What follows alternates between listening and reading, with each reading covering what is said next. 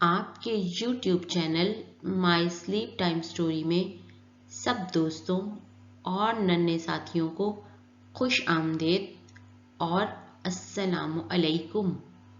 میں ہوں آپ کی فوزیہ باجی اور آپ کے لیے لائی ہوں ایک کہانی۔ کہانی ہے تلسم کدے کی چڑیا۔ دوستو، آپ نے دیکھا کہ بوڑھے سنومو کو چرواہے، گھڑ سوار اور باغبان سب کی شرائط پوری کرنی پڑی تاکہ اسے ان سے رنگین چڑیا کا پتہ معلوم ہو سکے۔ آج دیکھتے اور سنتے ہیں کہ باغبان سنومو کو چڑیا کے بارے میں کیا بتائے گا۔ تو شروع کرتے ہیں تلسم کدے کی چڑیا کا پارٹ 5۔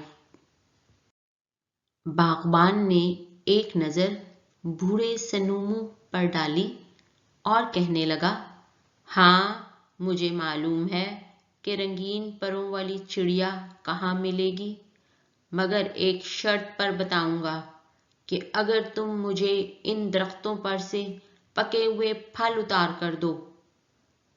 سنومو کے پاس اس باغبان کی بات ماننے کے سوا کوئی حل نہ تھا۔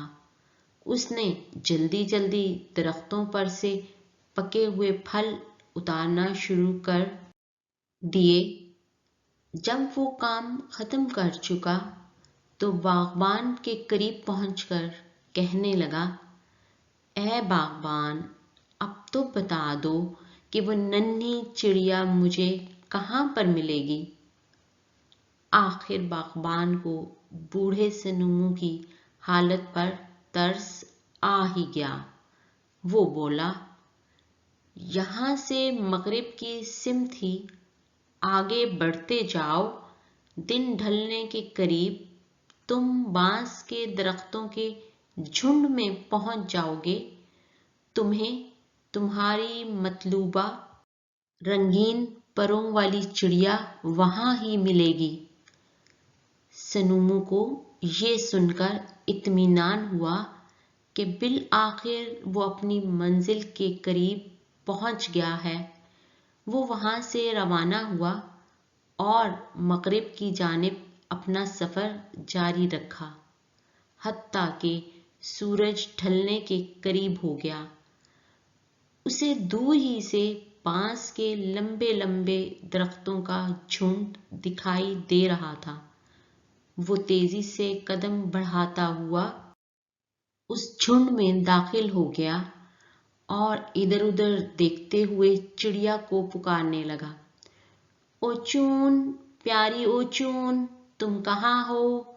میں تمہاری جدائی برداشت نہیں کر سکتا۔ دیکھو میں تمہاری تلاش میں یہاں اتنی دور تک آیا ہوں۔ اوچون، میری پیاری اوچون، تم کہاں ہو؟ اب تو سامنے آ جاؤ۔ وہ آوازیں دیتا دیتا ایک بڑے بانس کے درخت کے قریب پہنچ گیا کہ اچانک اسے اسی بانس کے اندر سے آواز آئی، کون آیا ہے؟ آواز سن کر سنومو پہلے تو ڈر کر دبک گیا۔ ادھر ادھر دیکھا لیکن کوئی نظر نہ آیا۔ پھر ہمت کر کے بولا، یہ میں ہوں سنومو، سنومو لکڑہارا۔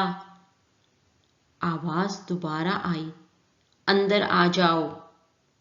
سنومو نے حیرت سے ارد گرد دیکھا، وہاں کوئی نہ تھا۔ وہ جان چکا تھا کہ آواز اس بڑے بانس کے اندر سے آ رہی ہے۔ اس نے بانس کے تمام اطراف گھوم پھر کر دیکھا مگر اسے اندر جانے کا راستہ نہ ملا۔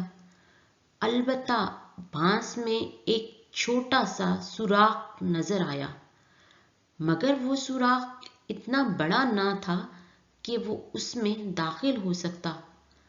اس نے جوں ہی سوراخ کی جانب ہاتھ بڑھایا اور تھوڑا آگے کی جانب جھکا کہ سوراخ کے اندر جھانک سکے کہ اچانک اس کے ارد گرد